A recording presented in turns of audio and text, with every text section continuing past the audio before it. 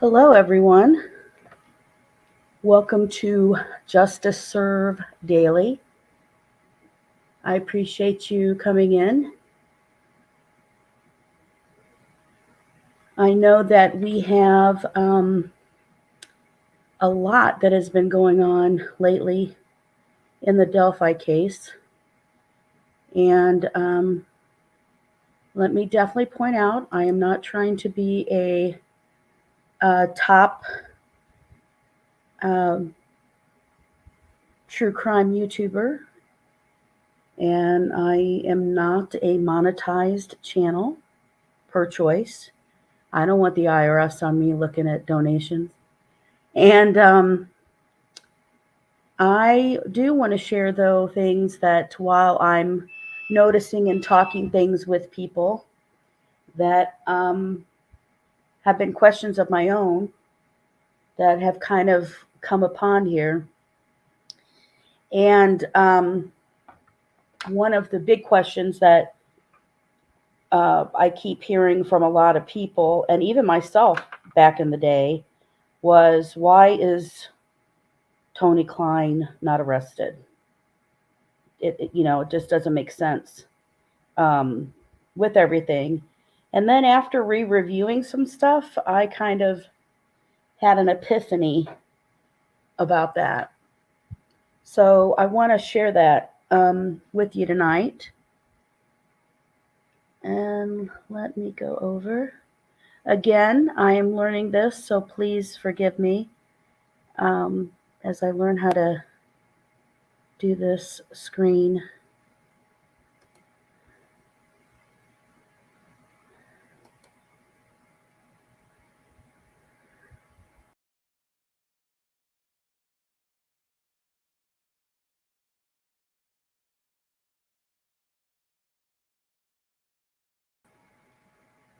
Do it a different way. Let me do it this way. There we go. I know it's hard to look at both their pictures at the same time, but we're going to try to get through that.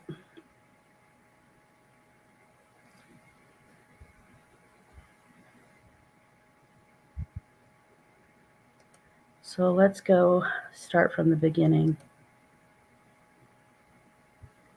So one of the big things that I looked into and was trying to figure out was a history with Tony Klein. A lot of people who follow true crime, biggest question is, has this been done before? Has anything happened? And I think we look back to see if there was any signs from this person of behavior or previous incidents. And during that, I went and started checking into the Klein family history. Now, when I went back into the history of the family, and I only went on the paternal side of it, I was pretty amazed to see that there are 7+ generations of the Klein family in Indiana and all around the small town area that their family has been, between Peru, Logansport, Elwood, Young America, all of those areas that the family itself came from. And with that, you're talking, again, just on the paternal side, lots of great-grandchildren and great-great-grandchildren, all this type of thing. One who had shown 36 grandkids. And when you talk about them being from a community, for instance, if you take Peru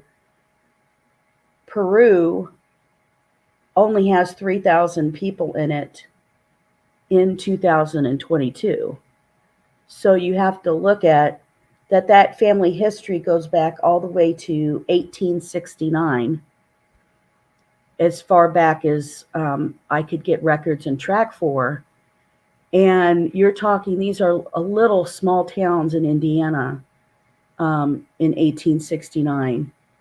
And as people are placing their homesteads here in Indiana at the time, basically everybody knows everybody in a small town.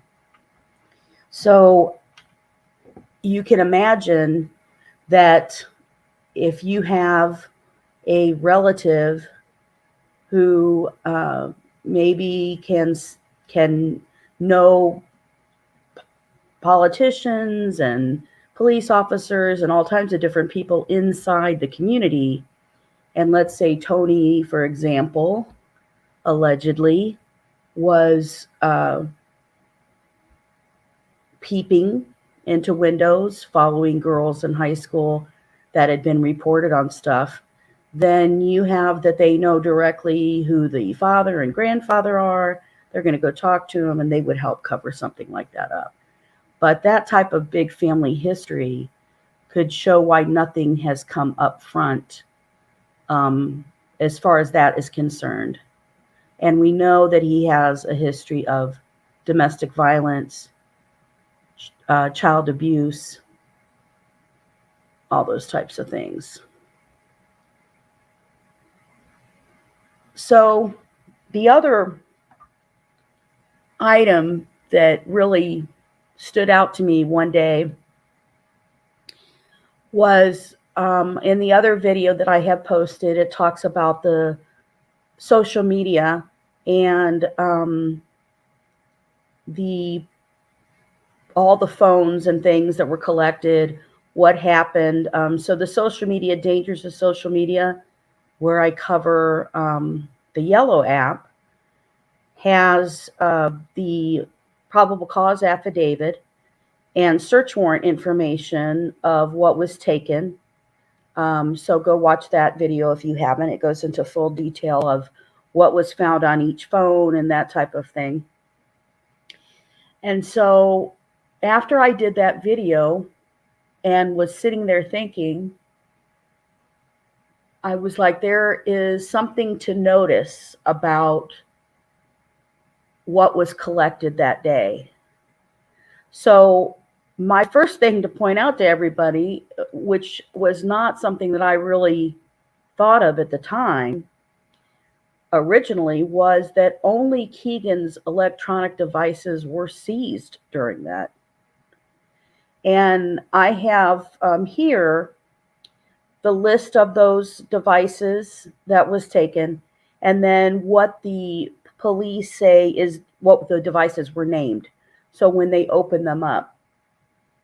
So you can tell the phones are definitely identified as Keegan's phones, although that the tablet they said is unknown, and the Samsung Galaxy S4 was never named, but all of the rest of them were all named, were Keegan's. Those were Keegan's devices.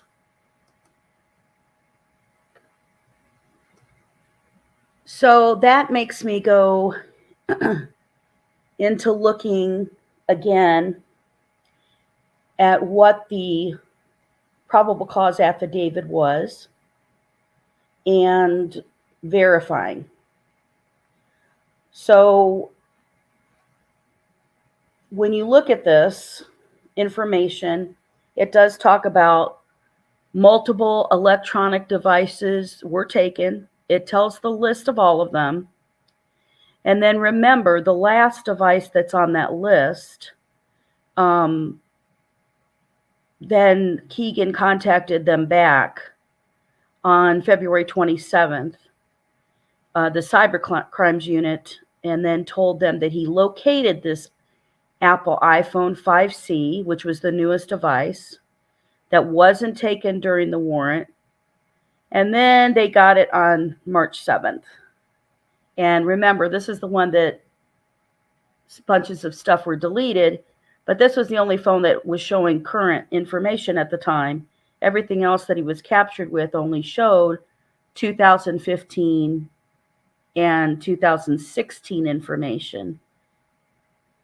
So, and I know this looks like a googly mess, but this is helpful for me to be able to point out what stuff I wanted to make sure to point out and things I paid attention to.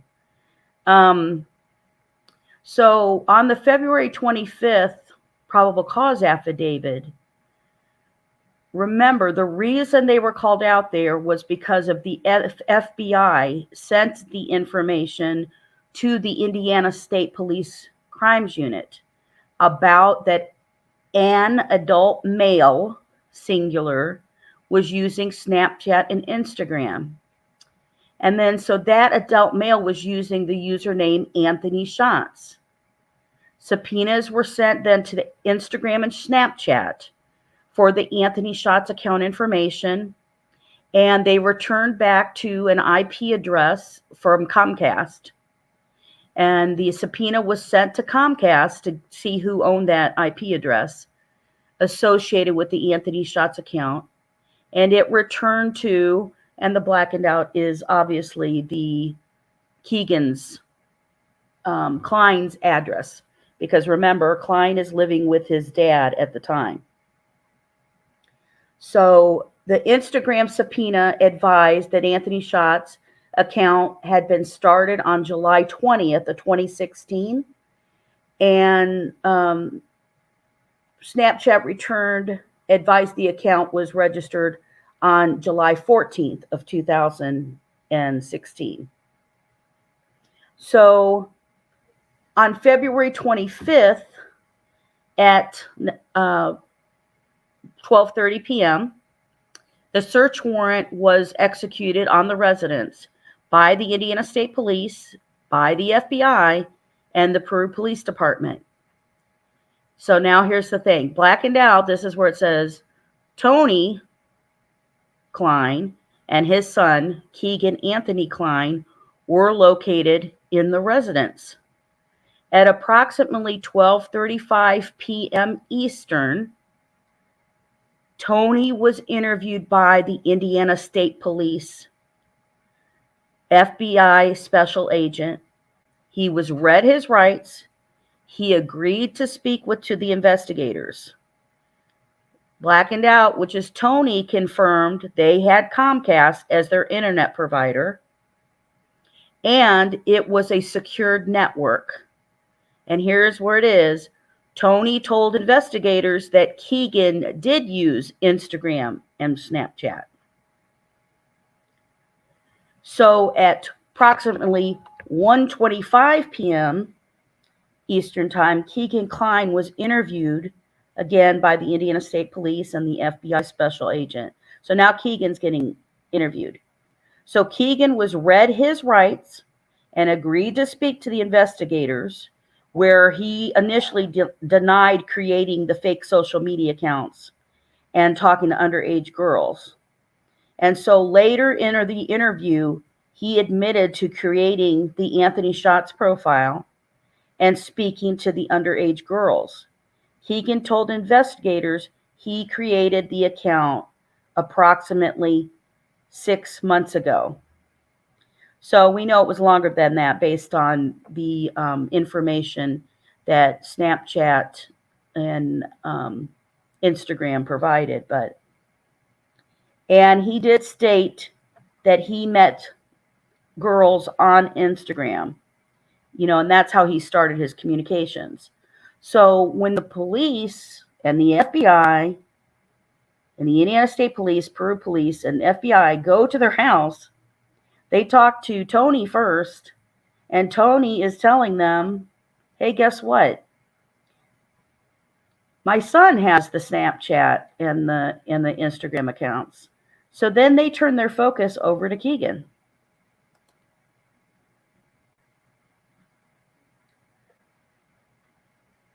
So now you have where the police are not looking at Tony Klein because they believe, hey, we just talked to his dad, even though this guy's 25 years old.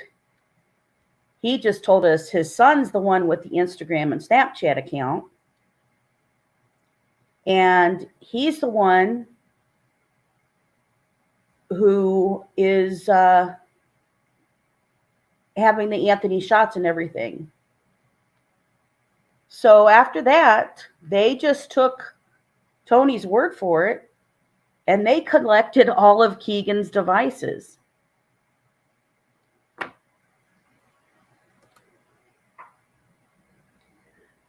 Which is amazing to me, but so we're going to go to the interview of some information that we got from the video recording that Barbara McDonald did for Headline News and her podcast, which is she was the one who conducted the interview. And then the transcript, full transcript, is available from the Murder Sheet podcast. And I'm going to be using some clippings of some things that Keegan Kline said at the time, which, you know, when you go back and listen to some things, you find it pretty interesting.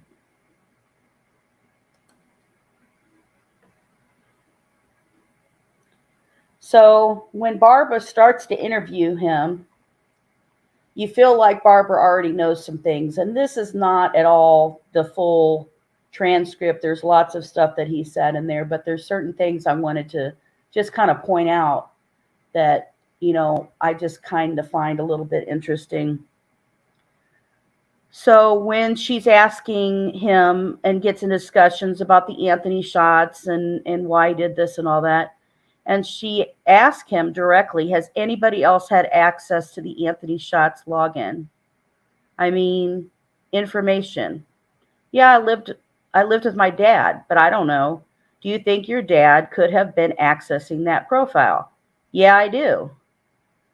Did you have anything to do with the murders? No. Of Abby and Libby? Not at all. I gave up my DNA, a hair follicle test. I've done everything they wanted me to. So, you know, then she goes into asking him more specifically where he was on the 13th. But going into the next set of questions, he goes, yeah, that's the only other person that could have, because he lived there, you know what I mean? This is accessing it. So you guys have all access to the same inaudible electronic items? Right, yeah. So in the search warrant or the probable cause affidavit for the arrest for the charges that you are facing right now, right, it says that you had turned over a bunch of electronics when they first searched your home. And he's like, right. I mean, that's one thing for me, at least. It's like his devices. So here's the answer to why Tony Kline would not be in jail for any CSAM, because they didn't look. They put it as a man, a person. One person was accessing and using this Instagram account, which we all know is a generic name of Anthony Shots. And so right away, when they get there, the dad is telling them, hey, no, my son has the Instagram and Snapchat. They go to him. He tells them it's him. They make him collect his devices, and then they go take him in to be questioned. That's it. They never collected anything of Tony's. So again, these are clips of stuff. I have not a clue, because I think because they said I was the last person to talk to her, is what they told me. Now, this is their discussion about the last person to talk to Libby was the Anthony Shots profile. Oh, and then you show up at the, and then she shows up at the bridge, and they're abducted and later found dead. Right. And that was not you. No, 100% no. They have my GPS the whole day. I'm pointing that out because later there's a another piece. Oops, sorry about that.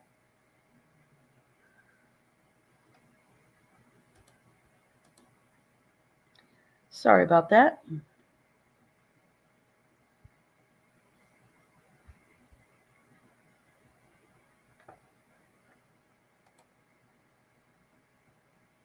And how do you know they have your GPS for the whole day? From your phone? Well, from my phone, yeah. Okay. They can. I don't know how they do it, but yeah.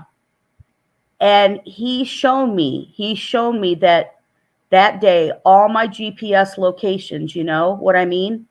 And none of them were in Delphi. No, not even close. Do you think, now this is him questioning, Barbara McDonald's now going to question about the dad. Do you think he's this type of person who could have killed these girls? I don't think so, because I was with him, you know what I mean? So, but in the past, he's beaten up his ex-wife. I mean, he's held guns to us when we were kids. And you know what I mean? Like, he's not really a great person. You know what I mean? So he's been violent. Yeah, definitely, yeah. And then up at the top on the right, we're going into, yeah, I mean, my whole life, we've always had a great relationship. My whole life. Besides when I was a kid, you know. Who and what do you mean besides when you were a kid? Was he abusive? Yeah, real bad. In what way? Physical and emotional. A lot. Pretty much emotional my whole life.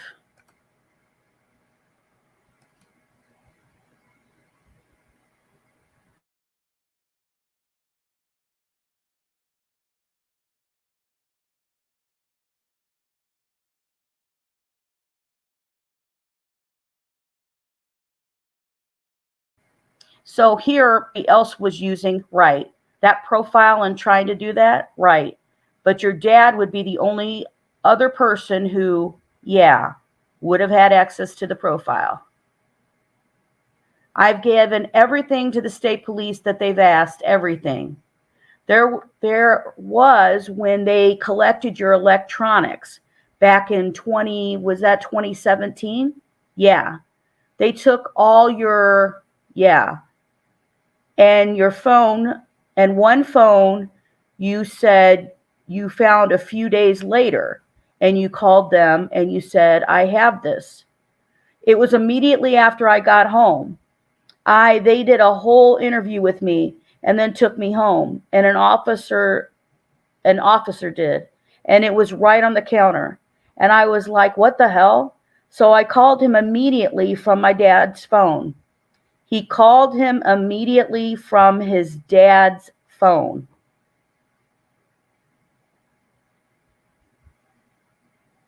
I just think that's interesting. So he goes, he says he finds this phone's sitting on the counter, and all of a sudden he's calling the police from his dad's phone. And then he tells them, hey, there's a phone that you guys didn't get. They came the next day and got it. Remember, then this phone had everything deleted. It was the current phone.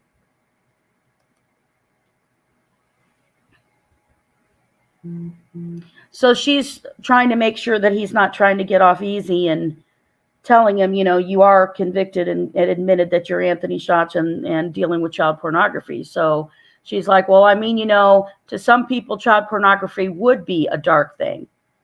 Yeah, but I didn't discuss any of that with any of my friends or nothing like that. Okay, so, but was something you and your father both shared? You know that about him, and he knew that about you? I wouldn't say that he knew that about me. I wouldn't, because he told the officers that he didn't know. So I don't know. that for me is a key thing, because when I read it, I believe he could be sitting here saying, I wouldn't say we know that about each other because he told the officers that he didn't know. So now Keegan says he doesn't know. It's like he's not going to counter say something that his dad said.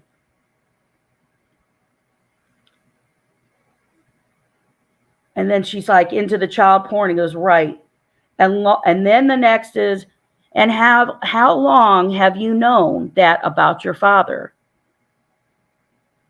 So up here, he's saying he doesn't know, right? He doesn't know about him into that or his dad into that. And then she basically re-asked the question again in a different way. And how long have you known that about your father? And then that's when he brings up, I remember when I was 20 years old and him having sex with one of my friends that was underage.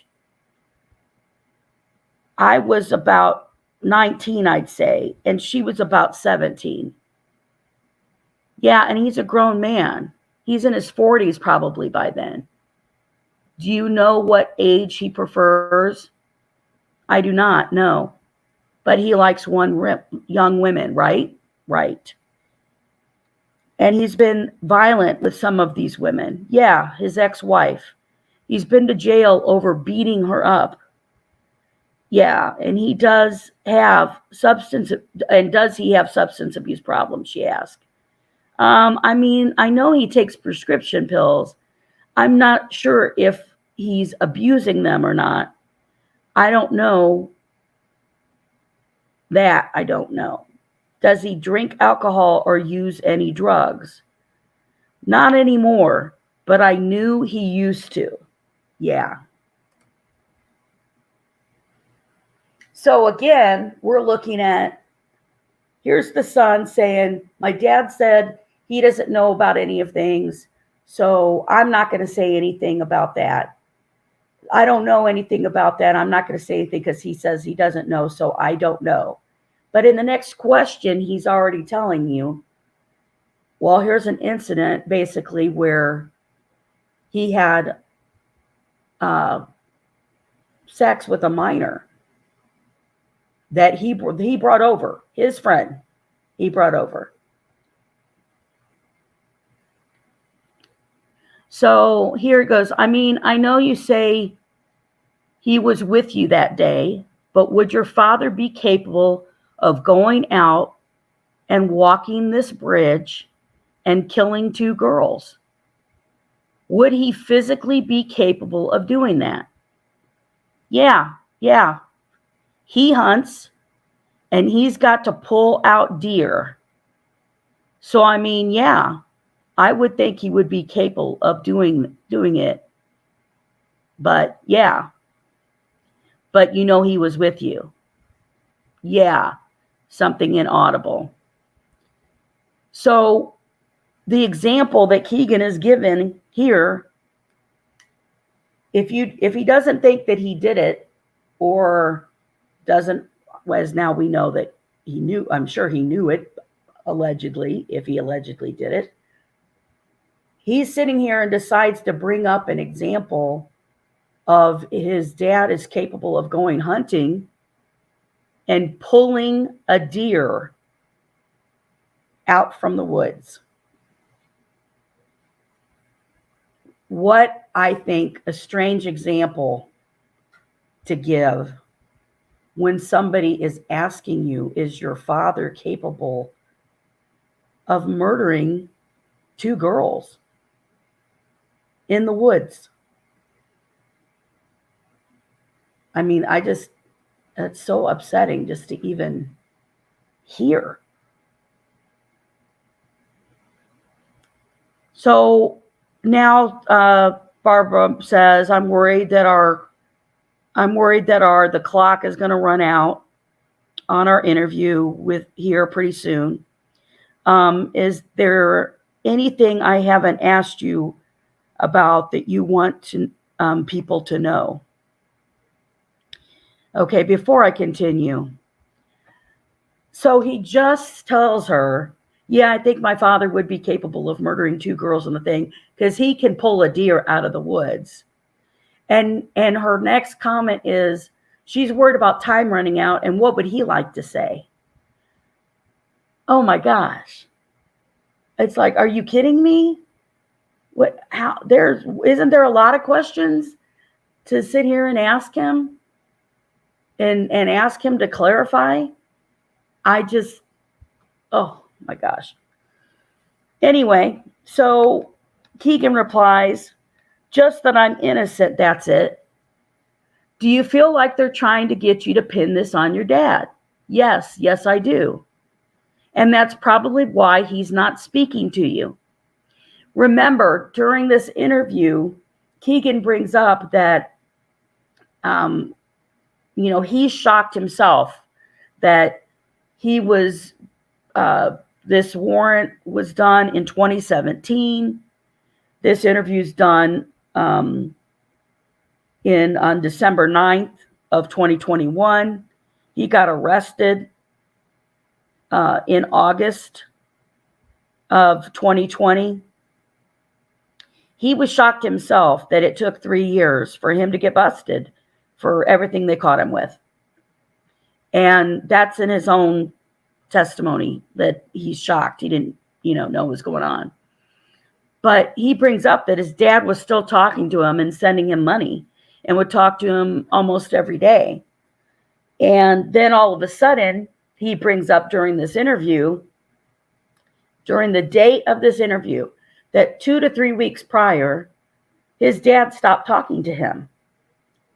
And he also acknowledges that 2 to 3 weeks prior, his dad's house was raided again. So there is a second probable cause affidavit and search warrant that made them go back into the Klein's house. And allegedly, well, I don't know that it's allegedly, we pretty much all know, the dog was removed from the home at the same time. So Keegan's like, I can't believe it. I'm his only son. Why would he not talk to me anymore? And so he stopped talking to him. He cut off contact right after this raid happened. So that's what Barbara's bringing up.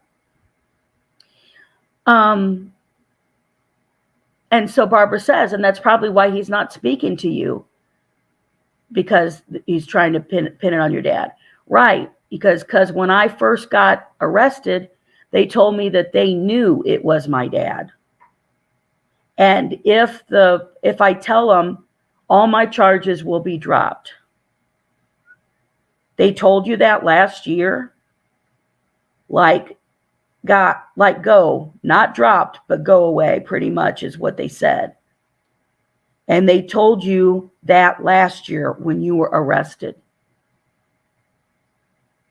Yeah, August 19th. Interesting. Yeah. So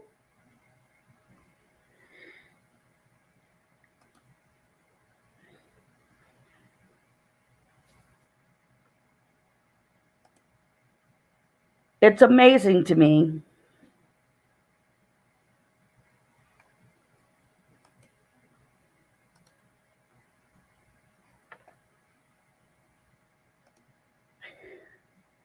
that we have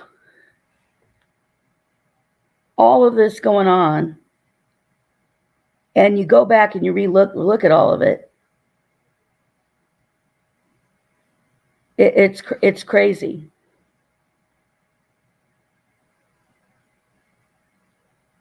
So Keegan's acting like the CSAM he had was no big deal.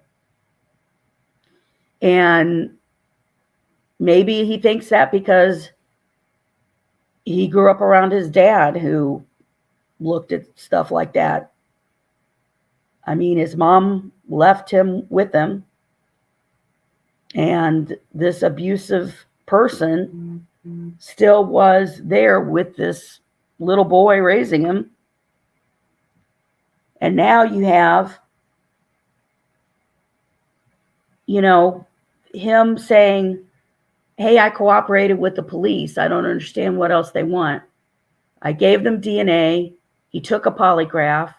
Again, in this interview, he talked about he really thought that the polygraph was the second polygraph they offered to him, and they never gave it to him. He kept saying he wanted the second polygraph. And he wasn't giving anything on his dad. I think that's why he thought, why is my dad not speaking to me? Because I haven't told them anything. I didn't tell them that I knew that he was looking at CSAM too, or that he was using my devices, or that he was using his own devices to look at any of that stuff. And he's not arrested for anything else. So out of the blue, while Keegan is in jail, Tony Klein gets arrested. Tony Klein gets a raid on his house. Boy, I would love to see that probable cause affidavit. I would love to see what exactly they were going to look for. Because remember, this is still 3 years later. And that's crazy to me. The odds of finding something, this many years later that they would keep or know about.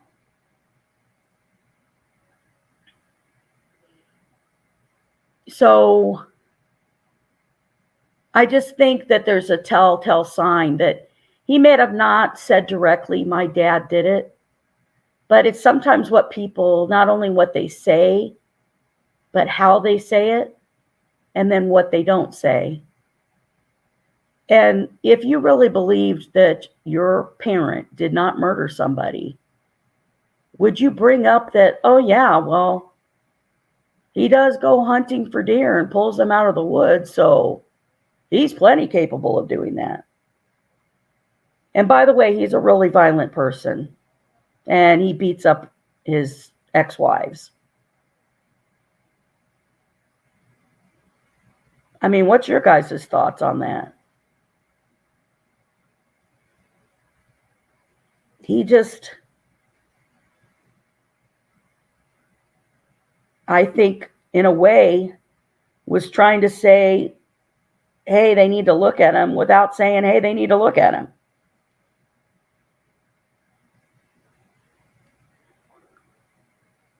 The big question about why was Tony Klein not arrested is because they did not take anything into evidence of Tony Klein's and check into it. Remember, they don't bring up until after all the forensic was done on those devices. And remember, during the police interview with Keegan, when they say that it sounds like two different people speaking to the girls.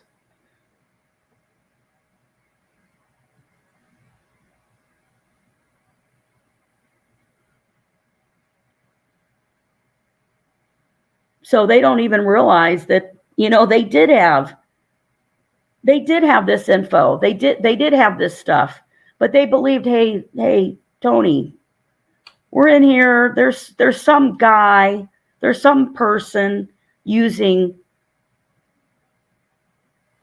Snapchat, Instagram. Oh, that's my son. There he is. Here's his devices. Did Tony hold back the other phone because there was proof that he was using that too? Or that's the device he used to tell the girls, I'm going to meet you. Anthony Schatz is going to meet you in the woods. I'll come over and visit you while you're there. the pulling out of the deer out of the woods. Oh my God.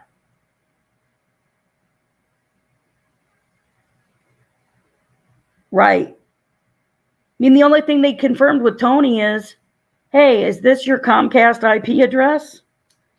Yeah. Yep, that's ours. That's us. But Snapchat, Instagram, nope, that's all him. I mean, I kept going, why the hell is he not arrested? Why is he not arrested? I don't understand it. Because right now they have no proof the difference between, in my opinion, Tony Klein, who signs in as Anthony Shots, or Keegan, who signs in as Anthony Shots, other than them saying it sounds like two different voices.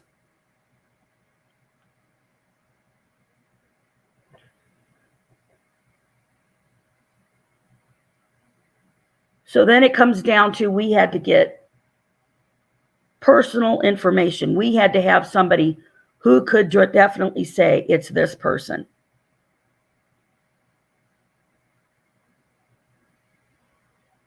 Now, do we believe everything that Keegan says? Oh God, hell no. Not at all. He's a liar. Have you guys ever looked him up on Wikipedia, what he wrote about himself?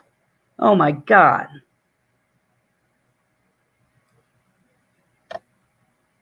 Does he think women and girls go look up Wikipedia before we date you to see what it says? Oh wow, he's a rock star and a Jack Black dealer. And he has nice cars. And sells marijuana to the underage people who need it by prescription.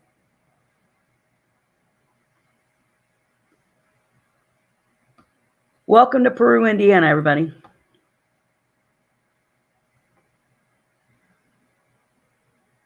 I mean, you know, there's lots of things we'd all hope while he was in jail. And that was going on. Cooperation with turning in other CSAM abusers, which I have no doubt. There's tons that have been arrested in Indiana after he got busted. There are still morons using it, trying to meet up with girls from here. I mean, it's shocking. It's shocking that they still from that area will do that.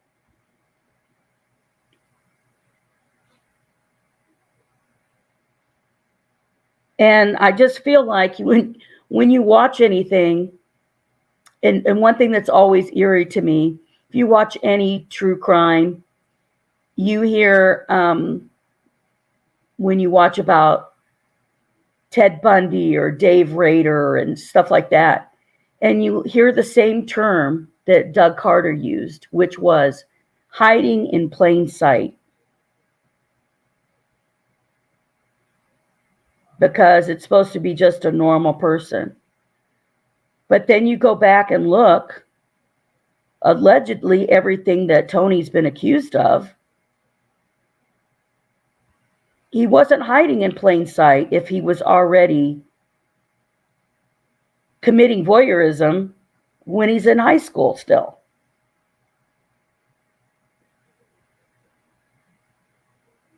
So I think he got protected in just the sense that his family is very well known.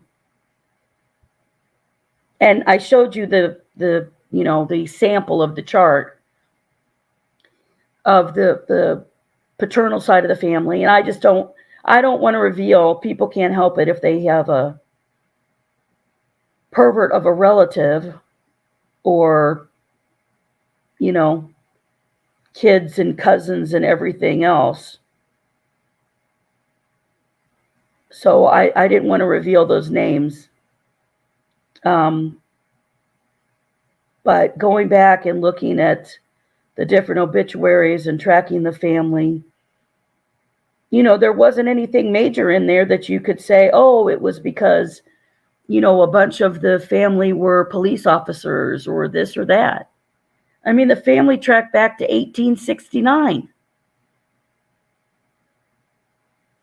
These damn little places of towns in Indiana weren't established till the 1830s through 1850s. There weren't that many people there. But I now can inform you that Kleins were already there.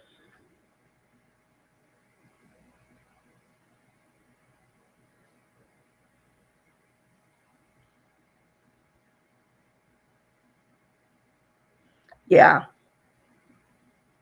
I agree, Amy. You just can't tell which one of them is there. How do you tell that? How forensically can you tell that? The only thing they can say is that when they're looking at communications of Anthony shots between one person and the other, they can say that the discussions sound different. But how do they prove that? That's the big difference. That's what's taken so long. So Keegan is in jail because father confirmed IP address from Comcast. Father confirmed, yeah, my son uses both of those. Keegan denies it at the beginning. They take him in. They take all his devices, Keegan's devices. Then finally, Keegan admits it. So there you go. He's not in jail for CSAM because they didn't take anything to capture him for CSAM. They didn't realize there's more than one person using that until they forensically finally went in there to get it.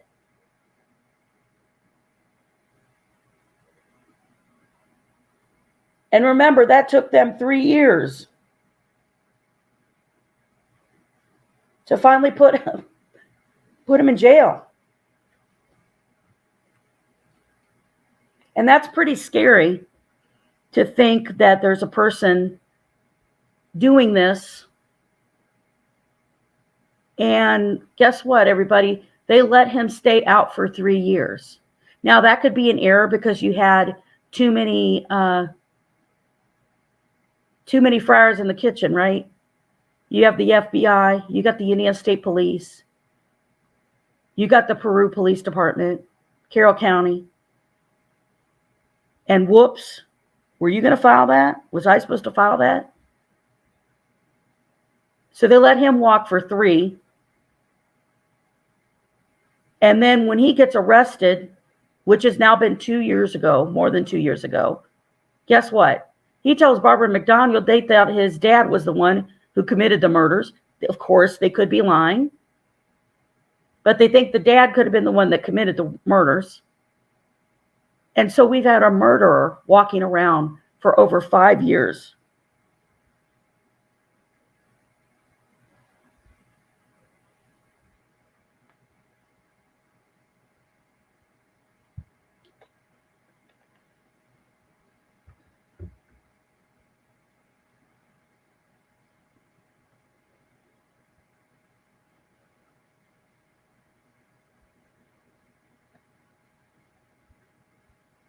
Yeah, I agree.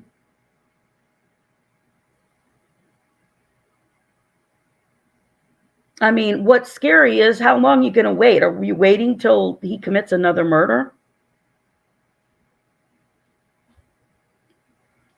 I mean, I've been looking for a while to try to look at maybe locations that was traveled or maybe something that an abuse happened and, you don't know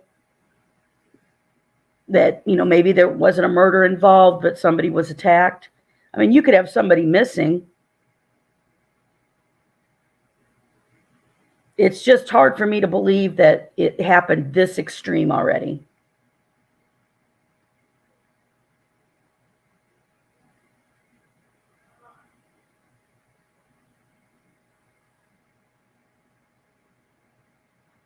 I'm just wanted to be able to point this out to everyone and let you know.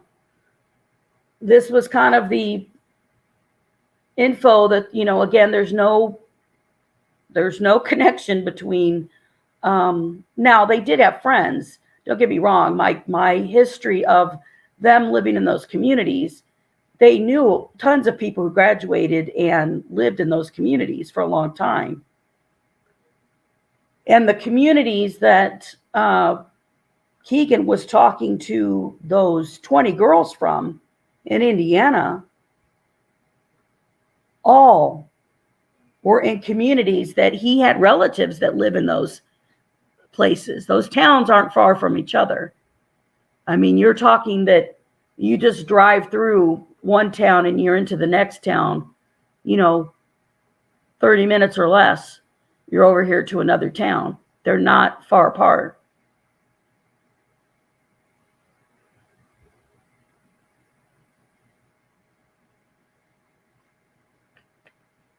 Remember, we had the police officer who they knew who lived also in Peru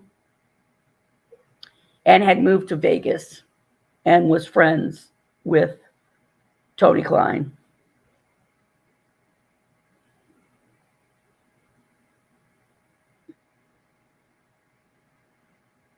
Yeah, I do think that the crime of voyeurism and peeping and, doing the peeping Tom stuff was always a problem for him. And they have, the cases that you're like, how was he not in jail for these other cases? How did he not go to jail for a long, long time? Because he was allegedly stalking a little girl of an ex-girlfriend of his, that Tony's sitting outside with another man in a truck watching the 9-year-old daughter of an ex-girlfriend. And so a protective order was made for not only her, his ex-girlfriend, but her daughter. Now, back then, Keegan would have been too young.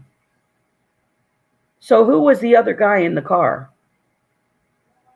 Why would you go do that with somebody? Then you go back and look into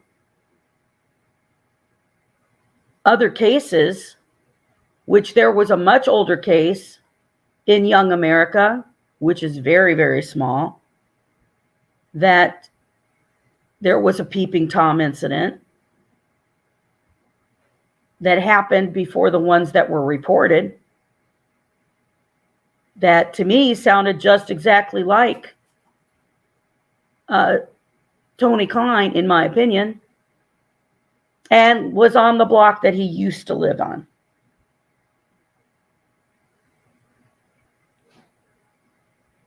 I mean, I'm a little suspect that maybe the reason that these locations, remember, that's how Yellow App worked too.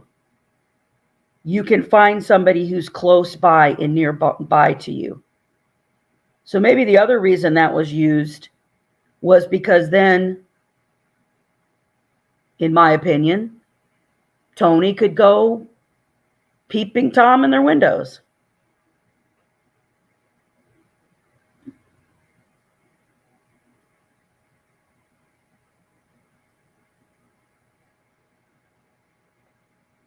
Yeah.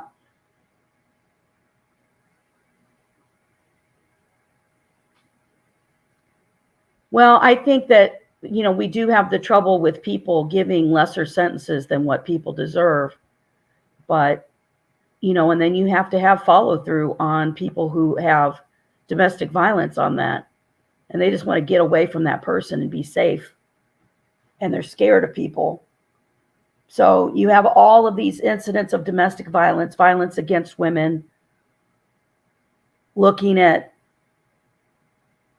not just, pornographic material, but then looking at CSAM material.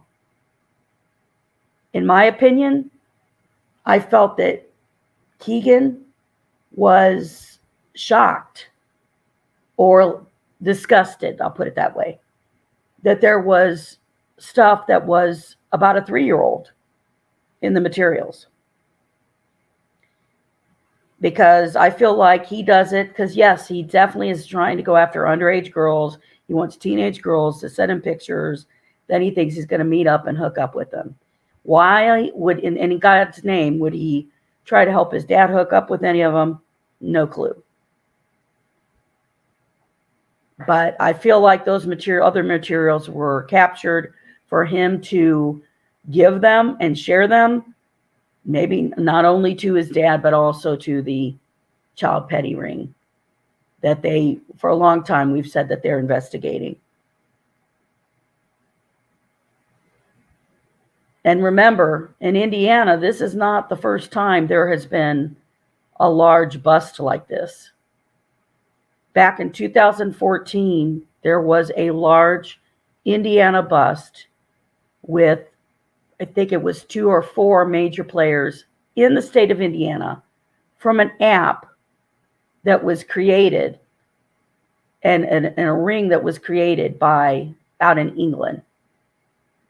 And now we have this app that was created in France, the Yellow app, which I think may answer more questions. And you never heard the Yellow app mentioned in any of the information from the forensics until recently, this year. In my opinion, I think some of that's going to come out and show how they found out that they were tracking people, because it automatically hooked up to your Instagram and Snapchat. Again, the more detailed stuff about that's in the other video. I encourage you to watch that. So,